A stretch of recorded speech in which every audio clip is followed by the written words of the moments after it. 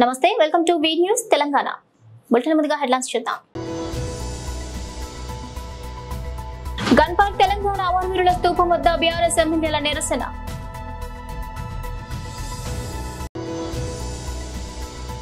LB స్టేడియంలో జరుగుతున్న ప్రభుత్వ స్థానిక సంస్థల ఉపాధ్యాయుల సమావేశంలో సీఎం రేవంత్ రెడ్డి.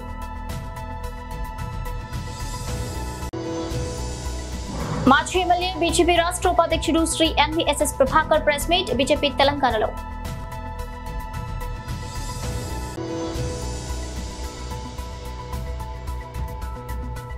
మాజీ MP Margani Bharat press meet. ఇక డీటెయిల్స్ చూస్తే రాహుల్ గాంధీ గారు మీ హైదరాబాద్ లోని అశోక్ నగర్ కు మరోసారి వచ్చి యువతను కలిసి మీరు ఇచ్చిన హామీలను ఎలా నిలబెట్టుకుంటారో వారికి వివరించగలరా అని BRS working president Sircilla MLA KTR సవాల్ విసిరారు. ఈ మేరకు నవంబర్ 27, 2023న రాహుల్ గాంధీ చేసిన ట్వీట్ ను కూడా ఆయన రీట్వీట్ చేశారు. ఏడాదిలో 2 లక్షల ప్రభుత్వ ఉద్యోగాలు ఇస్తామనే మీ హామీలను తెలంగాణ యువత నమ్మి కాంగ్రెస్ పార్టీకి ఓటు వేశారని ఆ ట్వీట్ లో పేర్కొన్నారు. ఇప్పుడు 8 నెలల తర్వాత కూడా ఒక్క ఉద్యోగం ఇవ్వలేదని మండిపడ్డారు. పైగా నిన్న ఉద్యోగాలు లేని క్యాలెండర్ ను విడుదల చేశారని, దీంతో యువత ఆందోళన చెందుతోందని పేర్కొన్నారు. అందుకే మీరు మరోసారి అశోక్ నగర్ కు వచ్చి మీరు ఎన్నికల సమయంలో ఇచ్చిన హామీలను ఎలా నెరవేరుస్తారో చెప్పాలన్నారు. దీనికి రాహుల్ గాంధీ ఎన్నికలకు ముందు చేసిన ట్వీట్ ను జత చేశారు. ఏడాదిలో 2 లక్షల ఉద్యోగాలు ఇస్తామని, యూపీఎస్సీలు, టీపీఎస్సీని ప్రక్షాళన చేస్తామని, ఇక యువ వికాసం కింద 5 లక్షల సహకారం కూడా అందిస్తామని రాహుల్ గాంధీ నాడు చేసిన ట్వీట్ ను కేటీఆర్ రీట్వీట్ చేశారు. అక్కడ ఉండే వేలాది మంది యువకులకు విశ్వాసాన్ని ఇస్తూ అక్కడ కోచింగ్ పరీక్షల్లో తమ తల్లిదండ్రులను విడిచిపెట్టి జిల్లాల్లోంచి ఊర్ల నుంచి వచ్చే పిల్లల్లో ఒక విశ్వాసాన్ని నింపడానికని వచ్చి మొదటి సంవత్సరంలోనే 2 లక్షల ఉద్యోగాలు ఇస్తామని చెప్పి నమ్మబలికి సరిగ్గా 9 నెలల కిందట ఒక డ్రామా చేసి ఆనాడు తెలంగాణలోని నిరుద్యోగ యువతను రెచ్చగొట్టి కేసీఆర్ ప్రభుత్వం 10 ఏళ్లలో ఉద్యోగాలు ఇయ్యలేదు అని దిక్కుమాలిన అబద్దాలు ప్రచారం చేసి ఆనాడు తెలంగాణలో యువత ఓట్లు వేయించుకొని గెలిచినారు. పత్రికల్లో ఫుల్ పేజీలు జాబ్ క్యాలెండర్లని అడ్వర్టైజ్మెంట్లు ఇచ్చినారు. అక్రమ సంపాదనతో ఫలానా రోజు ఫలానా పరీక్ష అని ఊదరగొట్టే ప్రకటనలు ఆ రోజు ప్రతి పత్రికలో పుంకాలుగా గుప్పించినారు. ఒక్కసారి కాదు 10 సార్లు ఇచ్చినారు. ఇవాళ నేను అడుగుతున్నా mister Rahul Gandhi, where are the 2 lakh jobs you promised? నువ్వు ప్రామిస్ చేసిన 2 లక్షల ఉద్యోగాలు ఎక్కడ పోయినాయి? రాహుల్ గాంధీ గారు, క్యాలెండర్ లో తారీఖులు మారుతున్నాయి. 8 నెలలు నిండా వస్తా ఉంది. నువ్వు చెప్పినావు మొదటి సంవత్సరంలోనే 2 లక్షల ఉద్యోగాలు అన్నావు. జాబ్ క్యాలెండర్ ప్రకటిస్తుంది నా ప్రభుత్వం అన్నావు. ఏది అని అడిగినాం. ఇప్పటి వరకు అతిగతి లేదు. ఇవాళ దొంగ చాటున స్టేట్మెంట్ అంటూ ఇవాళ ఏదో రాసుకొచ్చి మళ్ళొక్కసారి తెలంగాణ యువతను మభ్య పెట్టడానికి బయట ఎక్కడ నిలదీస్తారో, కాంగ్రెస్ వాళ్ళు కనబడితే ఎక్కడ తంతారో. మరి క్యాలెండర్ లో తారీఖులు మారుతున్నాయి. ఏది నీ జాబ్ క్యాలెండర్, ఏది నీ 2 లక్షల ఉద్యోగాలు అని చెప్పి తంతారేమో కాంగ్రెస్ నాయకులని చెప్పి ఇవాళ 4 కాగితాల మీద 4 డేట్లు రాసుకొని ఇగో ఫలానా నెలలో ఫలానా నోటిఫికేషన్ అని చెప్పి అడ్డగోలు జమాబందీ ఏది పడితే అది రాసుకొని వచ్చినారు. మేము అడిగింది ఒకటే వారిని, నువ్వు కనీసం నువ్వు చెప్పిన 2 లక్షల ఉద్యోగాలు నిజమైతే నీ జాబ్ క్యాలెండర్ లో కనీసం 2 ఉద్యోగాలు కూడా నువ్వు చెప్పలేదు. కేవలం ఏదో గంపగుత్తగా ఫలానా నెల అని చెప్పి మళ్లీ మభ్య పెట్టే విధంగా నువ్వు పెడతా ఉన్నావు. మాకు చర్చకు అవకాశం ఇవ్వమని కోరినాం. ఇంతకు మించిన ప్రాముఖ్యత కలిగిన అంశం ఏముంటదండి అసెంబ్లీకి?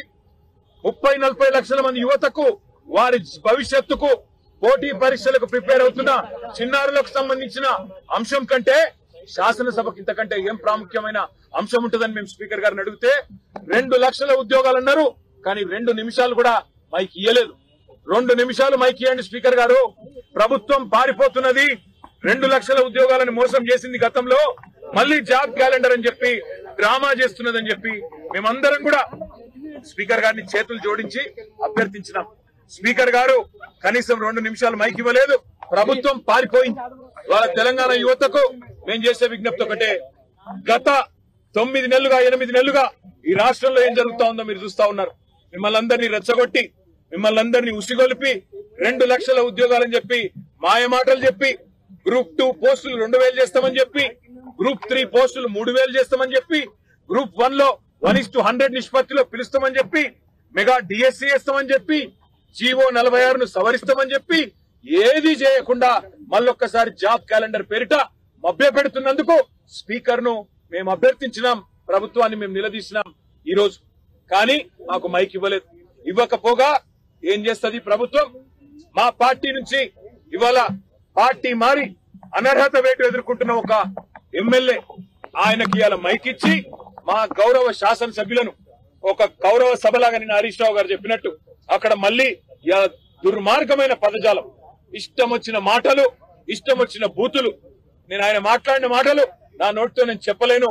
మా అక్క లక్ష్మక్క అయితే పరిగెత్తుకుంటూ వచ్చింది, మనం ఇక్కడ ఉండొద్దు సార్, వెళ్ళిపోదాం, ఇలాంటి చిల్లర బజారు భాష మాట్లాడే కాడ ఎందుకు ఉండాలి మనం అని చెప్పి మమ్మల్ని అందరినీ బయటికి, మేము వినలేదు నిజానికి అక్కడ మైకులో తను విన్నది కాబట్టి మమ్మల్ని అందరినీ బయటికి తీసుకొని వచ్చింది.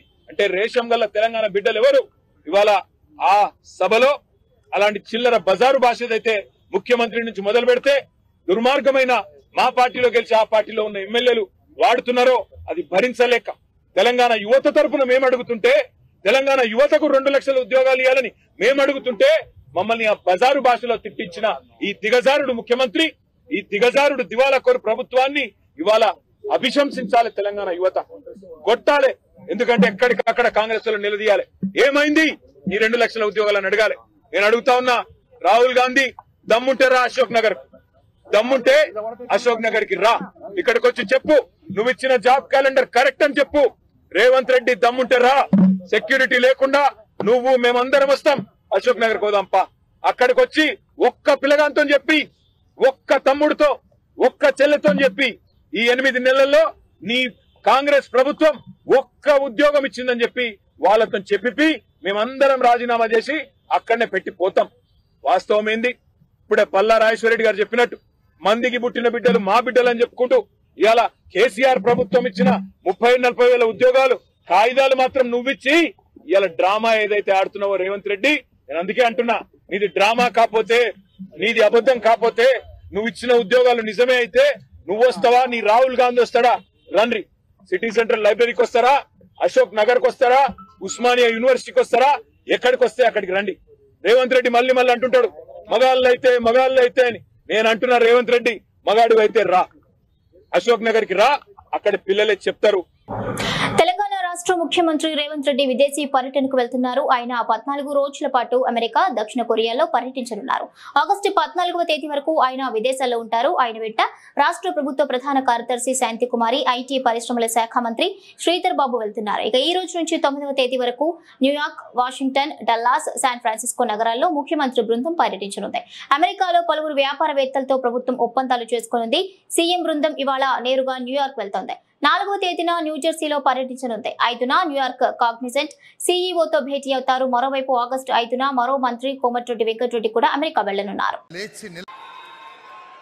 వేలాది మంది ఉపాధ్యాయులతో ఈ ఎల్బీ స్టేడియంలో ఆత్మీయ సమ్మేళనం ఏర్పాటు చేసి మొన్న డిసెంబర్లో జరిగిన ఎన్నికలలో మా పార్టీ, మా ప్రభుత్వం ఏర్పడడానికి సాయశక్తుల సహకరించిన ఉపాధ్యాయుల అందరినీ కలవాలని ఒక ఆత్మీయ సమ్మేళనం ఏర్పాటు చేయాలని పెద్దలు ప్రొఫెసర్ కోదండరామ్ గారితో మాట్లాడి ఉపాధ్యాయ సంఘాలతో సంప్రదించి ఎల్బీ స్టేడియంలో మేము పదవీ బాధ్యతలు తీసుకున్నామో అదే ఎల్బీ స్టేడియంలో ఉపాధ్యాయులతో ఆత్మీయ సమ్మేళనం ఏర్పాటు చేయండి అని చెప్పి మా అధికారులకు కోదండరామ్ గారికి విజ్ఞప్తి చేయడం జరిగింది. ఈరోజు తెలంగాణలో దాదాపుగా 30,000 పాఠశాలలో ఉన్న ఉపాధ్యాయులు అందరూ కూడా వేలాదిగా తరలి వచ్చి ఈ ఆత్మీయ సమ్మేళనంలో పాల్గొన్నందుకు మీకు అందరికీ మనస్ఫూర్తిగా ధన్యవాదాలు, కృతజ్ఞతలు. మిత్రులారా, మిత్రులారా, ఎవరైనా తెలంగాణ ఎక్కడుంది, తెలంగాణ భవిష్యత్తు ఎక్కడుంది అని ఈ క్షణం నన్ను అడిగితే తెలంగాణ యొక్క భవిష్యత్తు ఎల్బీ స్టేడియంలో ఉంది. వేలాది మంది ఉపాధ్యాయుల రూపంలో ఈ తెలంగాణ ఉద్యమమే కాదు, తెలంగాణ రాష్ట్ర ఏర్పాటు ప్రక్రియలో తమదైన శైలిలో క్రియాశీలక పాత్ర పోషించడమే కాదు, ఇవాళ 60 లక్షల మంది విద్యార్థులు ఉజ్వల భవిష్యత్తు కోసం తమ తల్లిదండ్రులు కష్టపడి రూపాయి కూడబెట్టి తమ పిల్లలు చదువుకోవాలి, తమ పిల్లలు విద్యలో రాణించాలి, వాళ్ళు డాక్టర్లు, లాయర్లు, విద్యార్థులను మీ చేతిలో పెట్టినరు. అదే తెలంగాణ భవిష్యత్తు. ఆ తెలంగాణ భవిష్యత్తు మీ చేతిలో ఉంది అని చెప్పి నేను చెప్పదలుచుకున్నా. ఇవాళ నేను చెప్పవలసిన అవసరం లేదు. మీరే 10 మందికి పాఠాలు చెప్పి సమాజంలో ఉన్న రుగ్మతల మీద ఏ రకమైన కార్యాచరణతో ముందుకు వెళ్లాలో సంపూర్ణమైన అవగాహన ఉండి దాదాపుగా 26,000 పాఠశాలల్లో, గ్రామాలలో, అదేవిధంగా తండాలలో, గూడాలలో, మారుమూల పల్లెల్లో ఈ తెలంగాణ నిర్మాణం కోసం, ఈ జాతి నిర్మాణం కోసం కృషి చేస్తున్న మీకు ప్రతి విషయం తెలుసు. తెలంగాణ ఉద్యమాన్ని ఉవ్వెత్తున లేవడానికి, ఊరున ప్రాకడానికి, తెలంగాణ రాష్ట్ర సాధనలో ఉపాధ్యాయుల పాత్రను ఎవరు కాదనలేరు. ఆనాడు మేమందరం భావించినాం, తెలంగాణ రాష్ట్రం వస్తే మన విద్యా విధానం మెరుగవుతుంది, మన ఉపాధ్యాయులకు ప్రభుత్వం నుంచి గౌరవం దక్కుతుంది, మన విద్యార్థులకు అవసరమైన మౌలిక వసతులు మెరుగవుతాయి, తప్పకుండా తెలంగాణ విద్యా విధానం బాగుపడుతుంది అని అనుకున్నాం. వేదిక మీద మోహన్ రెడ్డి గారు ఉన్నారు. మీ ఉపాధ్యాయ సంఘాలకు ఒకప్పుడు నాయకత్వం వహించండు. ఒకనాడు ఉమ్మడి రాష్ట్రంలో అది చంద్రబాబు నాయుడు గారైనా, వైఎస్ రాజశేఖర రెడ్డి అయినా, రోసయ్య గారైనా, లేదా కిరణ్ కుమార్ రెడ్డి గారైనా ఉపాధ్యాయ సంఘాల నాయకులు వస్తే ముఖ్యమంత్రులు ఎదురొచ్చి వాళ్ళతో మాట్లాడి మీ సమస్యలు పరిష్కరించి ఉపాధ్యాయ సంఘాలను సచివాలయానికి పిలిచి సముచితమైన గౌరవం ఇచ్చి మీ సమస్యల్ని వినేది, మీరు లేవనెత్తిన అంశాలను ఆనాడు ప్రభుత్వాలు పరిష్కరించేది. మరి తెలంగాణ రాష్ట్రంలో ఏమి జరిగిందో, ఆనాటి పాలకులు ఏ విధంగా వ్యవహరించిందో, ప్రభుత్వ ఉపాధ్యాయులను ఏ రకంగా అవమానించే విధంగా, అనుమానించే విధంగా, వాళ్ళని ఏ రకంగా వాళ్ళు అవమానించిందో మీరు కళ్ళతో చూసిండ్రు. అందుకే నేను ముఖ్యమంత్రిగా బాధ్యత చేపట్టిన తర్వాత బడ్జెట్కు సంబంధించి విద్యకు ప్రాధాన్యత ఉండాలి, పేదవాడు చదువుకున్నప్పుడే తెలంగాణ బాగుపడుతుంది, తెలంగాణ యొక్క లక్ష్యం, తెలంగాణ రాష్ట్రం యొక్క సాధన ప్రజలకు చేరుతుంది అని చెప్పి 7.3% ఈసారి విద్యకు 21,000 కోట్ల పైగా ఈరోజు విద్యకు నిధులు కేటాయించడం జరిగింది. వాస్తవంగా 10% అంటే దాదాపుగా 30,000 కోట్ల రూపాయలైనా కేటాయించాలని అన్ని లెక్కలేసినాం. కానీ ప్రభుత్వం ఇంతకు ముందే ఇచ్చిన హామీలు, చేయవలసిన పనులు, చేపట్టవలసిన బాధ్యతలతో 10% నిధులు ఇవ్వాలనుకున్న వీలు కాకపోతే 7.3%తోని 21,000 కోట్ల పైగా ఈరోజు విద్యాశాఖకు నిధులు కేటాయించడం జరిగింది. ఈరోజు నేను మీ ద్వారా ఒకే ఒక్క మాట అడగదలుచుకున్నా, చెప్పదలుచుకున్నా. రేపటి తెలంగాణ భవిష్యత్తు మీ చేతుల్లో ఉంది. కొన్ని వాస్తవాలను కూడా ఈరోజు మనం మాట్లాడుకోవాలి.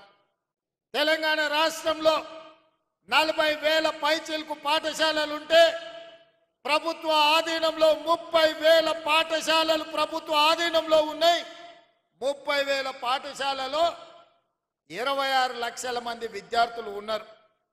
కానీ అదే ప్రైవేట్లో 10,000 పాఠశాలలుంటే 33 లక్షల మంది విద్యార్థులు ఈరోజు ప్రైవేటు పాఠశాలల్లో. మా ఉపాధ్యాయులను నేను ఒక్కటే అడుగుతున్నా, ప్రైవేటు పాఠశాలల్లో మీకంటే గొప్పగా చదువుకున్నోళ్ళు, మీకంటే ఎక్కువ చదువుకున్నోళ్ళు టీచర్లు ఉన్నారా? ఒక్కసారి ఆలోచన చేయండి. ఇవాళ మీలో ఎంఏ బిఎడ్ చదువుకున్నోళ్ళు లేదా డాక్టరేట్లు చేసిన వాళ్ళు, ఉన్నత చదువులు చదువుకున్నోళ్ళు మీలో ఉన్నారు, ఉపాధ్యాయులుగా ఉన్నారు. కానీ అదే ప్రైవేట్ పాఠశాలల్లో ఇంటర్ పాస్ అయ్యో డిగ్రీ ఫెయిల్ అయ్యో. మాజీ ఎమ్మెల్యే బీజేపీ రాష్ట్ర ఉపాధ్యక్షుడు Shri NVSS Prabhakar press meet ప్రత్యక్ష ప్రసారం ద్వారా చూద్దాం. ప్రెస్ కాన్ఫరెన్స్ లో రాష్ట్ర బీజేపీ కార్యదర్శి శ్రీమతి శ్రీ గారు, అదే రకంగా రాష్ట్ర బీజేపీ మరో కార్యదర్శి శ్రీమతి ఉమారాణి గారు, అదే రకంగా నాగారం సంబంధించినటువంటి పురపాలక సంఘ చైర్మన్ అయినటువంటి చంద్రారెడ్డి గారు, కిసాన్ మోర్చా రాష్ట్ర ప్రధాన కార్యదర్శి జగన్మోహన్ రెడ్డి గారు, అలాగే నాగారం కౌన్సిలర్ అయినటువంటి శ్రీనివాస్ గౌడ్ గారు ప్రత్యేకంగా పాల్గొంటున్నారు. రాష్ట్ర ప్రభుత్వం ఇటీవల హైదరాబాదు చుట్టూ పరిధిలో ఉన్నటువంటి అనేక ప్రాంతాలని విలీనం చేయాలని చెప్పని ఒక ప్రతిపాదనతో ముందుకు వస్తున్నట్టుగా తెలుస్తూ ఉన్నది. 8 కార్పొరేషన్లని, 20 పురపాలక సంఘాలని, 33 గ్రామ పంచాయతీలని, 61 పారిశ్రామిక వాడలని, కంటోన్మెంట్ బోర్డుని, వీటన్నిటినీ కలిపి జిహెచ్ఎంసీ యొక్క పరిధిని విస్తరింపజేసి ఒక ప్రత్యేకమైనటువంటి ఒక గ్రేటర్ సంస్థగా రూపొందించాలని చెప్పని ఆలోచనలు చేస్తున్నట్టుగా పత్రికల్లో వార్తలు చూస్తూ ఉన్నాం. మంత్రుల యొక్క ప్రకటనలు వింటూ ఉన్నాం. అధికారులు కూడా సూచాయిగా అక్కడక్కడ మాట్లాడుతున్నటువంటి ఒక విషయాల్ని తెలుసుకుంటా ఉన్నాం. కానీ ఒక అంశాన్ని మాత్రం ఆలోచించవలసినటువంటి అవసరం ఉన్నది. అసలు జిహెచ్ఎంసీగా హైదరాబాదు, సికింద్రాబాద్ యొక్క జిహెచ్ఎంసీ పరిధిలోనే మౌలిక వసతులని కల్పించడంలో అసలు జిహెచ్ఎంసీనే ఘోరంగా వైఫల్యం చెందింది. నిజాం నాటి కాలంలో ఉన్నటువంటి ఒక భూగర్భ డ్రైనేజ్ తప్పించి ఆ తర్వాత భూగర్భ డ్రైనేజీని ఆధునీకరించినటువంటి ఒక సందర్భమే లేనటువంటి ఒక దుస్థితిలో హైదరాబాదు నగరమే కొట్టుమిట్టాడుతుంది. కాబట్టి ప్రతినిత్యం ఈ మధ్య కాలంలో మోకాళ్ళలోతు నీళ్లు, నడుములోతు నీళ్లు హైదరాబాద్ నడిబొడ్లోనే మనం చూస్తూ వచ్చాం. ఇక పోతే ఒక 15 సంవత్సరాల కిందట శివారులో ఉన్నటువంటి మున్సిపాలిటీలను కూడా విలీనం చేశారు. అంటే ఉప్పల్, కప్రా, ఎల్బీ నగర్, కుత్బుల్లాపూర్ ఈ రకంగా చేసేటప్పుడు కూడా ఆ శివారు ప్రాంతాలన్నింటినీ కూడా అభివృద్ధి చేస్తాం, అన్ని రకాలుగా మరి ముందుకు తీసుకెళ్ళటం కొరకే విలీనం చేస్తున్నామని చెప్పని పేర్కొన్నారు. ఆ సందర్భంలో కూడా అనేక పురపాలక సంఘాలు వ్యతిరేకించాయి, ప్రజాప్రతినిధులు వ్యతిరేకించారు, పౌరులు కూడా వ్యతిరేకించారు. అయినా కూడా అధికారం ఉందని, మందబలం ఉందన్నటువంటి ఒక ఆలోచన అభిప్రాయంతోన వాటినన్నింటినీ కూడా విలీనం చేశారు. ఇప్పుడు మళ్ళీ కొత్తగా ఔటర్ రింగ్ రోడ్ పరిధిలో ఉన్నటువంటి ఇప్పుడు నేను చెప్పినటువంటి స్థానిక సంస్థలన్నింటినీ కూడా నిర్వీర్యం చేస్తూ విలీనం చేయాలని చెప్పని సుదర్శన్ రెడ్డి గారు విలీనం చేయాలని చెప్పని ప్రయత్నం చేస్తూ ఉన్నారు. ఇది పూర్తిగా కూడా ప్రజల యొక్క ఆలోచనలకి భిన్నంగా ఆ గ్రామాలలో జరుగుతున్నటువంటి ఒక అనేక రకాల పరిణామాలకి వ్యతిరేకంగా తీసుకోబోయేటువంటి ఒక నిర్ణయంగా భారతీయ జనతా పార్టీ అభిప్రాయపడతా ఉన్నది. మీకు అధికారం ఇచ్చారు, కొత్తగా శాసనసభ ఏర్పడింది, ప్రభుత్వం వచ్చింది కదా అని చెప్పని మీకు ఇష్టం వచ్చినట్టుగా చేస్తామంటే ప్రజలు సహించరు అన్నటువంటి విషయాన్ని నేను తెలియజేస్తా ఉన్నా. ఇప్పుడు నేను చెప్పినట్టుగా ఈ 8 కార్పొరేషన్లు కూడా ఎన్నికైన కార్పొరేషన్లే, ఆ 20 మున్సిపాలిటీలు కూడా ఎన్నికైనటువంటి ప్రజాప్రతినిధులే, ఆ 33 గ్రామ పంచాయతీలు కూడా ప్రజలచే ఎన్నుకోబడ్డేటువంటి ఒక స్థానిక సంస్థలే. ఇవన్నీ ఉండి కూడా వాళ్ళ అభిప్రాయాలు తీసుకోకుండా, వాళ్ళతో చర్చించకుండా ఈ ప్రయత్నం యొక్క ఫలితాలు ఏంటి అన్నటువంటి విషయాలు మాట్లాడకుండా మాజీ MP Margani Bharat press meet. ఈ వరదలు వచ్చిన ప్రాంతంలో కొత్తగా ఏర్పడిన ప్రభుత్వం మరి ఫేస్ చేస్తూ ఉన్నారు. నిజంగా సహాయక చర్యలు చేపట్టడంలో తెలుగుదేశం ప్రభుత్వం పూర్తిగా వైఫల్యం చెందింది. ఎందుకు ఈ మాటలు చెప్తున్నామనంటే, గతంలో మా ప్రభుత్వం ఉన్నప్పుడు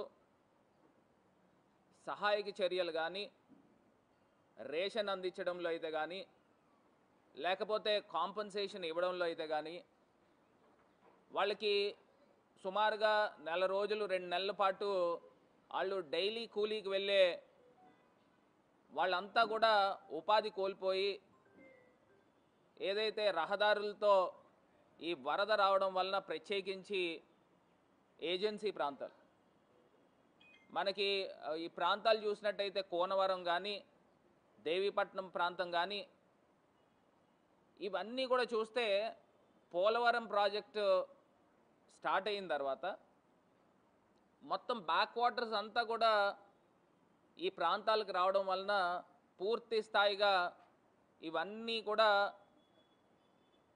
ఈ ప్రాంతాలకు రావడానికి మొత్తం అంతా కూడా వరదలో చిక్కుకుపోయిన సందర్భాలు. నాకు ఒక్కటి అర్థం కాని అంశం ఏంటంటే, వీళ్ళు తెలుగుదేశం పార్టీ ఎమ్మెల్యేలు కానీ మంత్రులు కానీ కేవలం ఫోటోలకు వచ్చి వెళ్ళిపోయిన సందర్భాలు. నేను కొన్ని ప్రాంతాల్లో చూపించడం జరిగితే, ఎక్కడైనా వరద బాధితులు మాకు సహాయం అందట్లేదు అని చెప్పేసి కలెక్టర్ని నేరుగా నిలదీసిన సందర్భాలు, సబ్ కలెక్టర్ని నేరుగా నిలదీసిన సందర్భాలు కూడా ఇక్కడ చూపించడం కూడా జరుగుతుంది. ఎందుచేతనంటే, ఇప్పుడు దాకా నాకు తెలిసి గత ప్రభుత్వాల్లో ఈ రకమైన సందర్భాలు ఇప్పుడు దాకా జరగల. శిశు మందిర్లో గోరింటాకు సంబరాలు జరుగుతున్నాయి. ఆదిలాబాద్ జిల్లా బోధ్ మండలంలోని శ్రీ సరస్వతి శిశు మందిర్ ఇంగ్లీష్ మీడియం స్కూల్లో శుక్రవారం బాలిక విద్యలో భాగంగా ఆషాఢ మాసాన్ని పురస్కరించుకుని బాలికలకు గోరింటాకు కార్యక్రమాన్ని నిర్వహించారు. గోరింటాకు చిట్టి చేతులకు పెట్టుకోవడంతో సందడి నెలకొంది.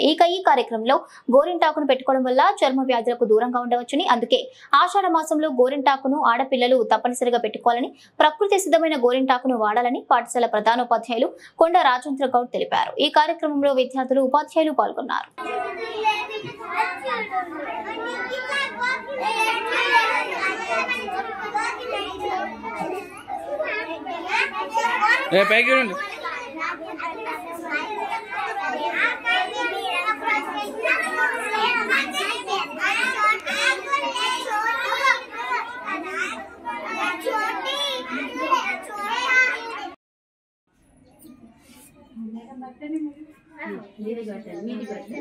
ఇట్లా కొంచెం పైకి లేదు.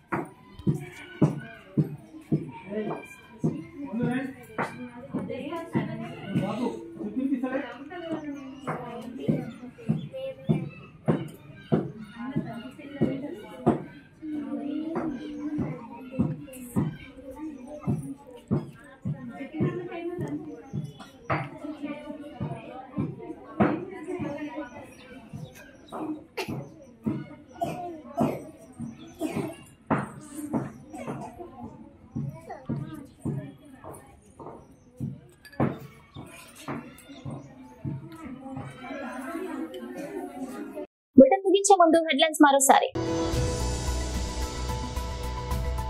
గన్ పార్క్ తెలంగాణ అమరవీరుల స్తూపం వద్ద బీఆర్ఎస్ ఎమ్మెల్యేల నిరసన.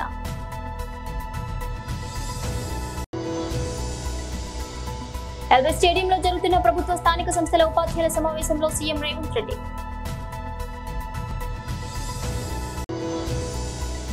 మాజీ ఎమ్మెల్యే బీజేపీ రాష్ట్ర ఉపాధ్యక్షుడు Shri MVSS Prabhakar press meet BJP తెలంగాణలో.